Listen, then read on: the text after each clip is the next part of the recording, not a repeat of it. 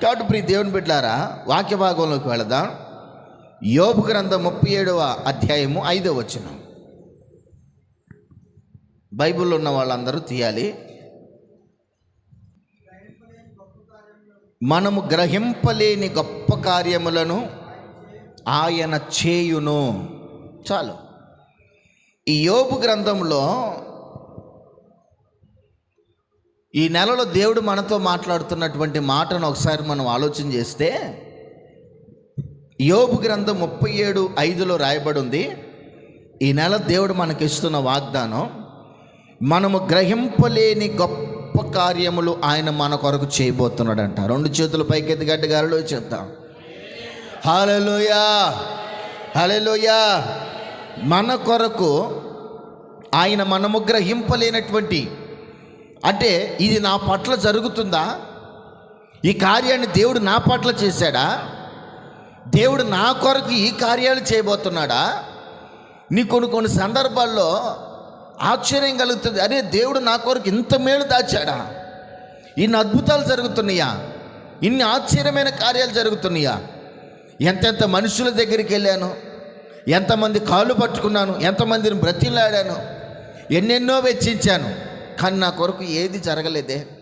కానీ నా దేవుడు నా కొరకు ఇన్ని కార్యాలు చేయబోతున్నాడా అని చెప్పేసి అని ఈ లోక సంబంధంగా దేవుడు మనతో ఎన్నో ఎన్నో ఎన్నో కార్యాలు చేయాలని, మన పట్ల ఎన్నో అద్భుతాలు చేయాలని ఆయన ఆశపడుతున్నాడు. ఈ 9 నెలలు ఒకవేళ మనం ఏ అద్భుతం లేకుండా, ఈ 9 నెలలు దేవుని యొద్ద నుండి ఏ ఆశీర్వాదం లేకుండా, దేవుని యొద్ద నుండి ఎటువంటి మేలు పొందుకోకుండా ఒకవేళ మనం ఉన్నామేమో, మన పరిస్థితిని బట్టి ఇప్పుడు దేవుని బిడ్డలారా, దేవుడు అంటున్నాడు, ఈ 9 నెలలు నువ్వు ఎలా గ్రహించావో, ఈ 9 నెలలు నువ్వు ఎలా బ్రతికావో అది కాదు, ఈ 10వ నెలలో నేను నీతో మాట్లాడుతున్నాను. నీవు గ్రహింపలేని గొప్ప కార్యాలు నీ కొరకు నేను చేయబోతున్నాను. హల్లెలూయా. నీ స్థితికి అందనటువంటి, నీ ఊహకి అందనటువంటి, నీ పరిస్థితులకు అందనటువంటి గొప్ప గొప్ప కార్యాలు నీ కొరకు నేను చేయబోతున్నాను. ప్రభు మనతో మాట్లాడుతున్నాడు. ఇప్పుడు దేవుని బిడ్డలారా, మరి ఇటువంటి గొప్ప కార్యాలు మన జీవితంలో ఎలా జరుగుతాయి అంటే, గొప్ప కార్యాలంటే ఏంటి, గొప్పగా ఉండేటువంటి పరిస్థితి అంటే ఏంటి అని ఒకసారి మనం ఆలోచన చేస్తే, దేవుని మహిమ కార్యాల గురించి ఎలీహుము మాట్లాడుతున్నటువంటి మాటలన్నీ కూడా చాలా స్పష్టంగా ఉన్నాయి. యోబు పరిస్థితి మనకు తెలుసు. యోబు దేవుని బిడ్డలారా, ఆ భయానకమైనటువంటి పరిస్థితుల్లో కూడా ఏనాడు కూడా ప్రభుని దూషించినట్లుగా, ప్రభుని నామాన్ని అవమానపరిచినట్లుగా, లేకపోతే ప్రభు నామాన్ని ఉచ్చరించకుండా అక్కడ లేదండి. ఎప్పుడు కూడా ప్రభుని కనపరుస్తున్నాడు. భార్య ఒకవేళ వచ్చి దేవుని దూషించి చావు అని అంటే, పిచ్చిదానా, దేవుడు అన్నీ ఇచ్చినప్పుడు మనం బాగానే ఉన్నాం కదా, ఇప్పుడు ఏమీ లేదని చెప్పేసి అని ప్రభువును దూషించమంటావా అని చెప్పేసి అని యోబు ఎప్పుడు కూడా ప్రభువును దూషించినట్లుగా రాయబడలేదు. ఎందుకో తెలుసండి, దేవుని దూషించే వారిలో కంట జీవము నిరర్థకమయ్యి మరణం అనేది ప్రవేశిస్తుంది. ఈ రోజున అనేక మంది ఆత్మీయంగా మృతులు అవటానికి గల కారణం ఏంటంటే, దేవుని నామాన్ని నిర్లక్ష్యం చేయటం, దేవుని నామాన్ని చులకన చేయటం, దేవుని నామాన్ని గురించినటువంటి ఒక ప్రణాళిక లేకపోవటం, దేవుని నామాన్ని ఉచ్చరించకపోవటం, వారు ఆత్మీయ జీవితంలో ఎంతోమంది మృతులుగా మార్చబడుతున్నారు. అయితే ఎందుకు వాళ్ళు అలా మార్చబడుతున్నారు అన్నది ఒకసారి మనం ఆలోచన చేస్తే, కీర్తనాకారుడు అంటాడు, కీర్తన గ్రంథం 126 1-2 వరకు మనం చూస్తే, దేవుడు మనలనంట, మరి దేవుని బిడ్డలారా, ఎవరు దేవుని దూషిస్తారంటే, బానిసత్వంలో ఉన్న వాళ్ళు ప్రభువును కొంతమంది దూషిస్తారు. ఎందుకు వాళ్ళు బానిసత్వంలోకి వెళ్ళారని ఒకసారి మనం ఆలోచన చేస్తే, లేనిపోలేనటువంటి మితిమీరినటువంటి ఆశలు, మితిమీరినటువంటి కోరికలు, మితిమీరినటువంటి తలంపులు ఎప్పుడైతే ఒక మనిషి జీవితంలోకి వస్తాయో, అప్పుడు దేవుని బిడ్డలారా, ఆ మితిమీరినటువంటి ఆ స్థితి వాని బానిసత్వంలోకి తీసుకెళ్తుంది అన్న విషయం ఏనాడు కూడా మనం మర్చిపోకూడదు. ఒకసారి ఆ మాట చదవండి. కీర్తన గ్రంథం 126వ అధ్యాయం 1-2 వచనాలు. సియోనుకు తిరిగి వచ్చిన వారిని యెహోవా చెరలో నుండి రప్పించినప్పుడు మనము కల కనిన వారి వలె ఉంటిమి. చాలండి. ఆయన సియోనుకు తిరిగి వచ్చినప్పుడు ప్రజల గురించి అక్కడ రాయబడి 126:1-2 రాయబడింది. ప్రియ దేవుని బిడ్డలారా, ఆయన బానిసత్వంలో, అంటే సియోనుకు తిరిగి వచ్చారంటే వాళ్ళు అంతకు ముందు బానిసత్వంలో ఉన్నారు. అసలు బానిసత్వంలోకి ఒక మనిషి ఎలా వెళ్తున్నాడు అన్నది మనం ఒకసారి ఆలోచన చేస్తే, ఒకప్పుడు మనుషులు ఏం చేసేవాళ్ళంటే డబ్బులు ఉన్నప్పుడు మాత్రమే వస్తువులు కొనుక్కొని వచ్చేవారు. డబ్బులు ఉంటేనే ఏసీ కొనాలన్నా, బాక్సులు కొనాలన్నా, ఫోన్లు కొనాలన్నా, లేకపోతే ఇంకేదైనా స్థలాలు కొనాలన్నా, పొలాలు కొనాలన్నా, ఏది కొనాలన్నా కానీ డబ్బులు సమకూర్చుకొని ఆ డబ్బు మొత్తం చెల్లించి వాళ్ళు దానికి బదులుగా అవి తెచ్చుకునేవాళ్ళు. నేటి దినాల్లో మీరు పరిస్థితులు బాగా ఆలోచన చేయండి. మీ దగ్గర డబ్బులు లేకపోయినా పర్వాలేదు, మేము మీకు ఫోన్ ఇస్తాం. మీ దగ్గర డబ్బులు లేకపోయినా పర్వాలేదు, ₹1 చెల్లించి మీరు ఏసీని తీసుకెళ్ళండి, ₹1 చెల్లించి మీరు ఫోన్ తీసుకెళ్ళండి, ₹1 చెల్లించి వాషింగ్ మిషన్ తీసుకెళ్ళండి, ఫ్రిడ్జ్ తీసుకెళ్ళండి. ప్రియ దేవుని బిడ్డలారా, నెల నెల కట్టుకోవచ్చు. ఎప్పుడైతే ఒక మనిషి తన దగ్గర లేనటువంటి ఆ పరిస్థితిని ఆశించి అందులోకి దిగుతాడో వెంటనే దాని బానిసత్వంలోకి వెళ్ళిపోయాడు. అనేక మంది చూడండి, నెల నెల కట్టుకోవచ్చని అప్పులు తీసుకుంటున్నారు, వడ్డీలు తీసుకుంటున్నారు, ఈఎంఐలు తీసుకుంటున్నారు, రకరకాలు తీసుకొని ఆ ఊబిలో కూరుకుపోయి ఆ ఫైనాన్స్ ఆవేదన తట్టుకోలేక అనేక మంది బానిసత్వ బ్రతుకుతున్నారు. ఇది వారికి రూపాయి ఉంటే ఖర్చు పెట్టుకునేవాళ్ళు, లేకపోతే మెలకొండ గంజినీళ్ళు తాగాల బతికేవాళ్ళు. ఇప్పుడు మనిషి జీవితం ఏమైపోయిందో తెలుసా? ఈఎంఐలు కట్టడానికే మనిషి కష్టపడుతున్నట్టు అయిపోయింది. అప్పులు కట్టడానికే బ్రతుకుతున్నట్లు, అప్పులు కట్టడానికే మనిషి. ప్రియ దేవుని బిడ్డలారా, ఎక్కడ బానిసత్వ బ్రతికయ్యా అంటే ఆయన అంటాడనా, ఎవరైనా ప్రార్థన చీటీలు తీసుకురానంటే వచ్చే 100 మందిలో 97 మంది మా అప్పులు ఆర్థిక ఇబ్బందుల కోసమే ప్రార్థన చేయండి అయ్యా. బండి కొన్నాం ఫైనాన్సే, ఫోన్ కొన్నాం ఫైనాన్సే, కారు కొన్నాం ఫైనాన్సే. ప్రియ దేవుని బిడ్డలారా, వద్దు అన్నా కానీ వెంటపడల్లా లోన్లు ఊపిలో దించి, ప్రియ దేవుని బిడ్డలారా, ఆలోచన లేనివాడు, సమయోచితమైన జ్ఞానం లేనివాడు, ప్రార్థనాత్మ లేనివాడు, ఏమండి సలహాదారులు లేనివారు, ప్రియ దేవుని బిడ్డలారా, అటువంటి ఊపిలో కూరుకుపోయి ఈ రోజున బానిసత్వ బ్రతుకుతున్నారు. ఏ ఒక్కరి నోట చూసినయ్యా మాకు ఆర్థిక ఇబ్బందులే, ఈఎంఐలు కట్టలేకపోతున్నాను, వడ్డీలు కట్టలేకపోతున్నాను, భయంకరమైనటువంటి ఒత్తిడి మా మీదకు వస్తుంది, ఇదిగో ఈ బానిసత్వ బ్రతుకు నుండి మాకు విడుదల కావాలి అని చాలా మంది వేదనను వ్యక్తం చేస్తున్నారు. ప్రియ దేవుని బిడ్డలారా, ఇలాగే బానిసత్వ బ్రతుకుతున్న ఇశ్రాయేలు ప్రజలు ఏదో ఆశించారు, ఏదో మూటగట్టి తన మీద నెత్తిన పెట్టి ఇక సాగనంపుతారనుకుంటే వారిని అందరినీ గొలుసులతో బంధించి బందీఖానాలో పెట్టి వారి చేత వెట్టి సేకరణ చేస్తున్నప్పుడు వారికి అర్థమైంది, జయము కలిగిన దేవుణ్ణి విడిచిపెట్టాం, అత్యాశకు పోయాం, లేనిపోని మాటలు మాట్లాడాం, లేనిపోని తలంపుల్లోకి వెళ్ళాం, జయము కలిగిన దేవుని విడిచిపెట్టాం. ఇప్పుడు వాళ్ళు అంటున్నారు, అయ్యా మాకు విడుదల కావాలి, ఈ బానిసత్వ బ్రతుకు నుండి మాకు విడుదల కావాలి. నా ప్రియ దేవుని బిడ్డలారా, ఒకసారి మనం ఆలోచించేద్దాం. నువ్వు ఎప్పుడు దేవుణ్ణి ఆరాధించగలుగుతావంటే దేవుడు నీకు అన్నీ ఇచ్చినప్పుడు, ఉన్న దాంట్లో తృప్తి చెందన్నప్పుడు, ఆ తృప్తి నువ్వు చెందనప్పుడు బానిసత్వ బ్రతుకులోకి వెళ్ళిపోతావు, బానిసత్వ ఊబిలోకి వెళ్ళిపోతావు. నా ప్రియ దేవుని బిడ్డలారా, ఈరోజు దేవుడు మనతో మాట్లాడుతున్నాడు. ఊహించని గొప్ప కార్యాలు నీ కొరకు నేను చేయబోతున్నాను. ఎప్పుడో తెలుసా? నీవు నా మాట విన్నప్పుడు అని. బానిసత్వ బ్రతికి ఎందుకు అనుభవిస్తున్నావో తెలుసా? బానిసత్వ బ్రతికి ఎందుకు అనుభవిస్తున్నావో తెలుసా? జీవజలపు ఊటనైన నన్ను విడిచిపెట్టి, ఇదిగో ఈ లోకము దాని ఆశలు గతించిపోతాయని ఎన్ని పలుమార్లు నేను హెచ్చరిక చేసినా నా మాటను వినకుండా వాటి కోసం పరిగెత్తావు. జీవజలపు ఊటనైన నన్ను విడిచిపెట్టావు. బానిసత్వ బ్రతుకులోకి నిన్ను నువ్వే చేతులారా నీ జీవితాన్ని పాడు చేసుకొని ఎవరో దగ్గర బానిసత్వ బ్రతుకుతున్నావు. ఆ పరిస్థితి నీకు ఎందుకు వచ్చింది? ఆ పరిస్థితి నీకు రావడానికి గల కారణం ఏంటి అని ఒకసారి ఆలోచన చేస్తే జీవము కలిగిన దేవుణ్ణి విడిచిపెట్టేశామట. దేవుని హస్తాల కింద ఉండకుండా మనుషుల హస్తాల కిందకి వెళ్ళిపోతున్నాం. ఈ రోజుల్లో అనేక మంది జీవితాలు కూడా అలాగే ఎక్కడ ఊబిలో కూరుకుపోతున్నారని ఆలోచన చేస్తే ఆదివారం విశ్రాంతి దినమును పరిశుద్ధ దినముగా ఆచరించుట మర్చిపోయి ఈ బానిసత్వ ఊబిలోకి వెళ్ళిపోతున్నారు. ఈ బానిసత్వ బ్రతుకుతున్నారు.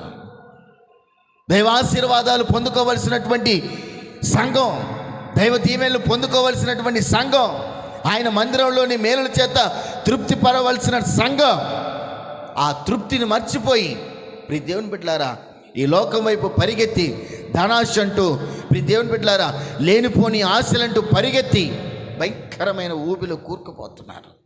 అందుకే ఆయన అంటున్నాడు, నీ బానిసత్వంలోకి కూరుకుపోయావు, నువ్వు బానిసత్వంలోకి వెళ్ళిపోయావు. చాలా మందికి అర్థం కావట్లేదు. నేను ప్రభువుని వెంబడిస్తున్నాను అనుకుంటున్నారు, నేను బాగానే ఉన్నాను అనుకుంటున్నారు, నాకేం దిగులు లేదు అనుకుంటున్నారు. ఎప్పుడైతే విశ్రాంతి దినమున పరిశుద్ధ దినముగా ఆచరించుట నీకు గుర్తు లేకుండా పోతుందో, ఆ చోటు నువ్వు నిలబడలేకుండా పోతున్నావు, ఆ పాదాలు దేవుని మందిరంలో ఉండవలసిన పాదాలు ఇంకెక్కడో ఉంటున్నాయి అంటే దాని అర్థం ఏంటో తెలుసా?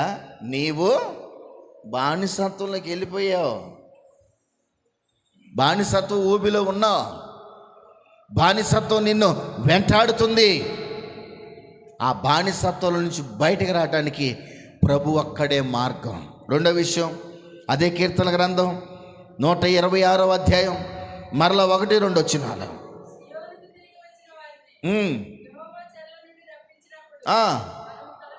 చూడండి, కలగనిన వారి వలె ఉంటిమి అంటున్నాడు. అంటే బాధలంట వాళ్ళకి అలా అనిపిస్తున్నాయి.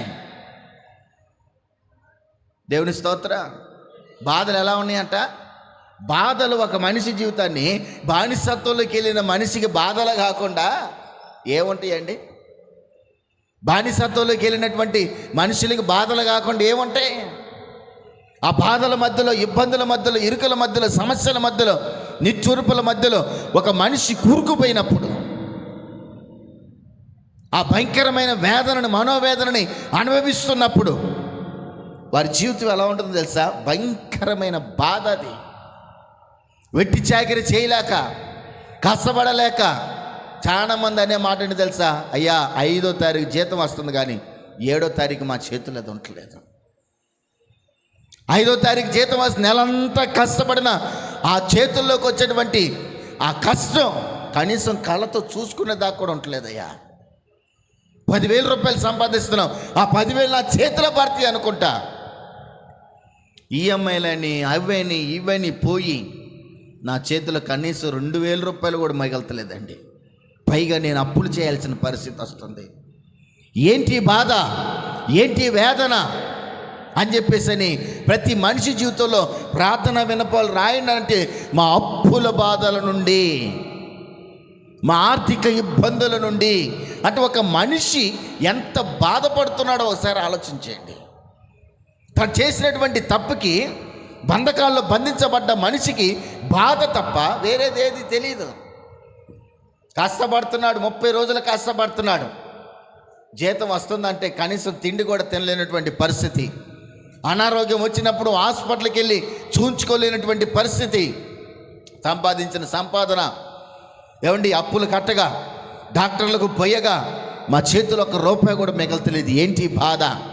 కష్టానికి పడుతున్నాం, ఇంటిళ్ళ పాది వెళ్ళి ఊడిగం బాడిగం చేస్తున్నాం, కానీ మా చేతిలో 1 రూపాయి కూడా మిగలతలేదయ్యా. అనేక మంది మమ్మల్ని చూసి మీకేమయ్యా ఇంటిళ్ళ పాది వెళ్తున్నారు, అందరు కలిపేసుకున్నా కానీ 50-60 వేల రూపాయలు వస్తాయి, మీకే కష్టం అని అనేక మంది అంటున్నప్పుడు ఆ ఆనందం అప్పటి వరకే ఉంటుంది. కానీ ఏమండి 1 రూపాయి మా చేతిలో నిలవట్లేదండి, మా కొరకు ప్రార్థన చేయండి, ఈ బాధ నుండి మేము విడుదల పొందాలండి అని చెప్పేసి అనేక మంది ప్రార్థన విన్నపాలు ప్రార్థన విన్నపాలు. ఎందుకని ఈ బాధలని ప్రియ దేవుని బిడ్డలారా ఆలోచన చేస్తే వారు కలగనిన వారి వల్లే ఉన్నారంట. సీయోనుకు వచ్చినట్టు ఆ ఆశీర్వాదం వారి మీద ఉండలేకపోతుంది. దేవుడు దీవించిన దీవెన వారి మీద ఉండలేకపోతుంది. దైవ సేవకులు చేసిన ప్రార్థన వారి మీద ప్రభావితం చూపలేకపోతుంది. కారణం ఏంటంటే వాళ్ళు దేవుని సన్నిధికి దూరం అయ్యారన్న విషయమే మర్చిపోయారు. శాంసన్ జీవితాన్ని చూడండి. బంధించబడ్డప్పుడు అతడు దేవుని బిడ్డలారా ఆ మత్తులో ఉన్నప్పుడు, ఎప్పుడైతే ఆ మత్తులో ఉన్నాడో ఆ మత్తులో ఉన్నప్పుడు ఫిలిష్తీయులు వచ్చారు, చేతులకి కాళ్ళకి కట్లు కట్టేశారు, గుండె గీకేశారు. ఇక సృహ వచ్చి కళ్ళు తెరిచి చూసేసరికి బందీఖానాలో బంధింపబడ్డాడు. ఇదిలించుకుందాం అనుకుంటున్నాడు, కానీ అతని దగ్గర ఉన్న బలం ఎప్పుడో పోయింది. బైబిల్లో రాయబడింది, యెహోవా ఎడబాశాడు అన్న విషయమే మర్చిపోయాడు. యెహోవా ఎడబాశాడు కాబట్టి అతడు శ్రమల మధ్యలో, ఇబ్బందుల మధ్యలో బంధించబడ్డాడు, బాధపడుతున్నాడు. ఈ రోజున మనం బంధించబడ్డాం, బాధపడుతున్నామంటే కారణం ఏంటో తెలుసా? దేవుడు మనల్ని విడిచిపోయాడు. దేవుడు మనకు దూరంగా ఉన్నాడు. దేవుని కార్యాలు దూరంగా ఉన్నాయి. దేవుని హస్తం దూరంగా ఉంది. ఎందుకో తెలుసా? ఆయన సన్నిధిని నిర్లక్ష్యపరుస్తున్నాం. ఆయన సన్నిధిని నిర్లక్ష్యపరుస్తున్నాం.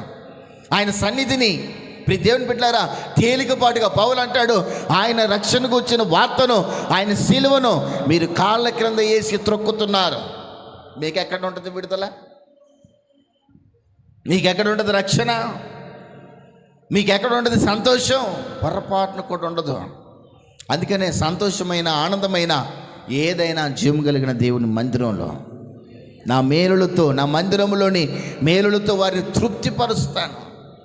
గొప్ప కార్యాలు ఎక్కడ చేస్తావంటే నా మందిరములో వారిని ఆనందింపచేస్తాను. దేవుని స్తోత్ర. చెప్పండి గట్టిగా హల్లెలూయా. బంధింపబడిన బంధకాల నుండి విడుదల కావాలంటే ప్రభువైన యేసుని వాళ్ళు జ్ఞాపకం చేసుకోవాలి. బాధపడుతున్న బాధల నుండి విడుదల కావాలంటే ఇదిగో విడుదలనిచ్చే ఆ జీవము కలిగిన దేవుని మందిరంలో నువ్వు మొరపెట్టాలి. ఈరోజున అనేక మంది ఎవరికి లేవండి బాధలు, వచ్చిన రోగాలు. ఏంటి నాకు ఈ రోగాలు?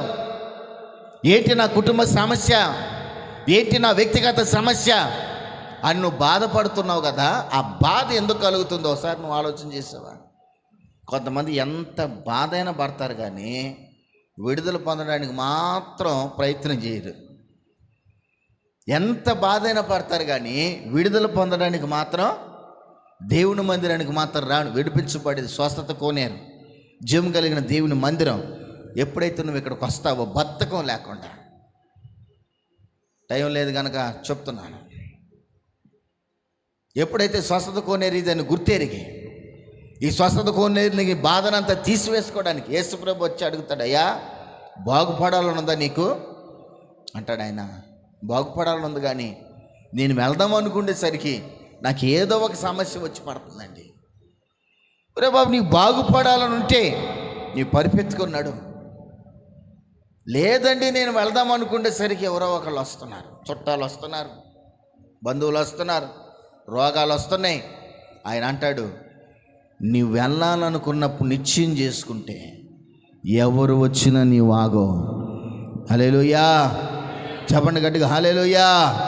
నీ కొరకు నేను అద్భుతం చేయబోతున్నాను, నీ పరిపెత్తుకుని నడవరా బాబు అని ఎప్పుడైతే యేసు ప్రభు చెప్పాడో తన పరిపెత్తుకొని పరిగెత్తాడు. ఈ రోజున వాక్యం వింటున్న నీవు పడుతున్న బాధల నుంచి విడుదల పొందాలంటే జీవం కలిగిన దేవుని మందిరానికి రావాలి. అది ఆజ్ఞ. అతిక్రమమే పాపం. పాపం నుండి వచ్చి జీతం మరణం. నీ బాధ నుండి, నీ సమస్య నుండి, నీకున్న పరిస్థితుల నుంచి విడుదల పొంది గొప్ప కార్యాలు నీ పట్ల జరగాలంటే ఈ మందిరంలో నువ్వు అడుగు పెట్టాలి.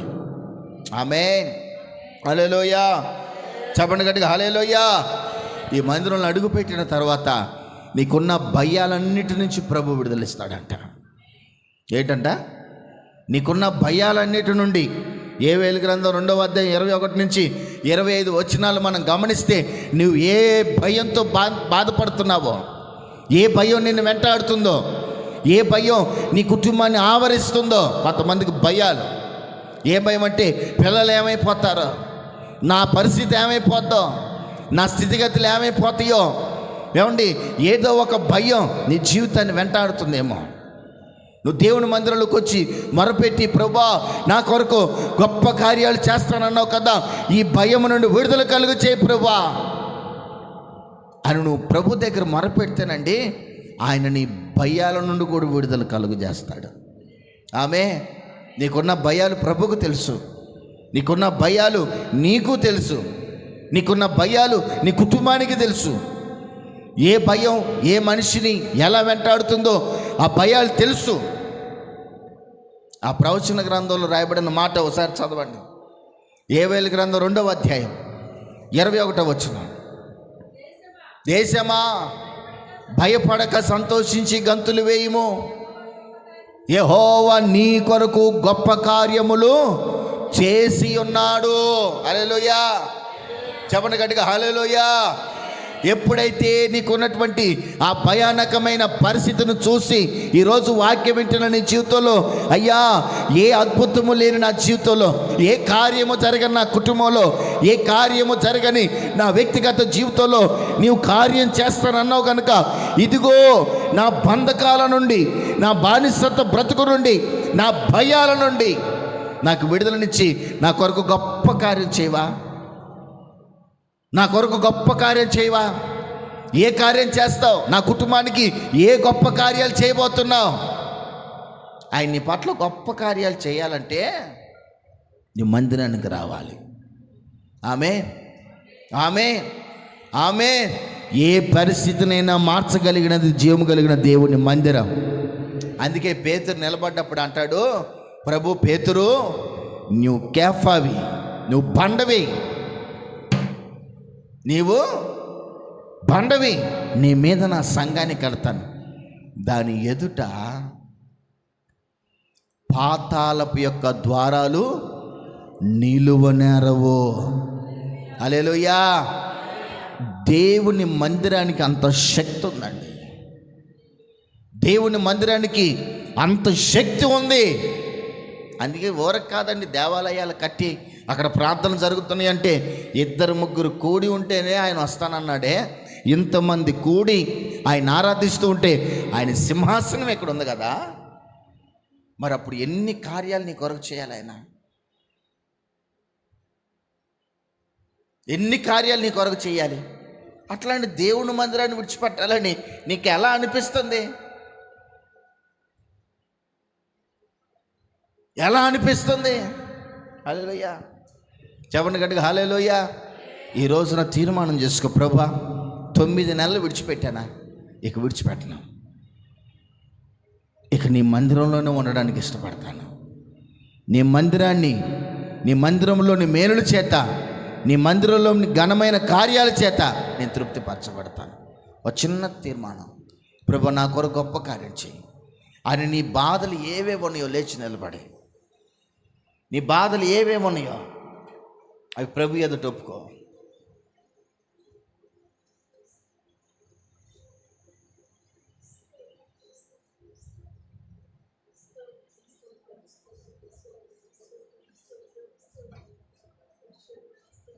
Praise the lord.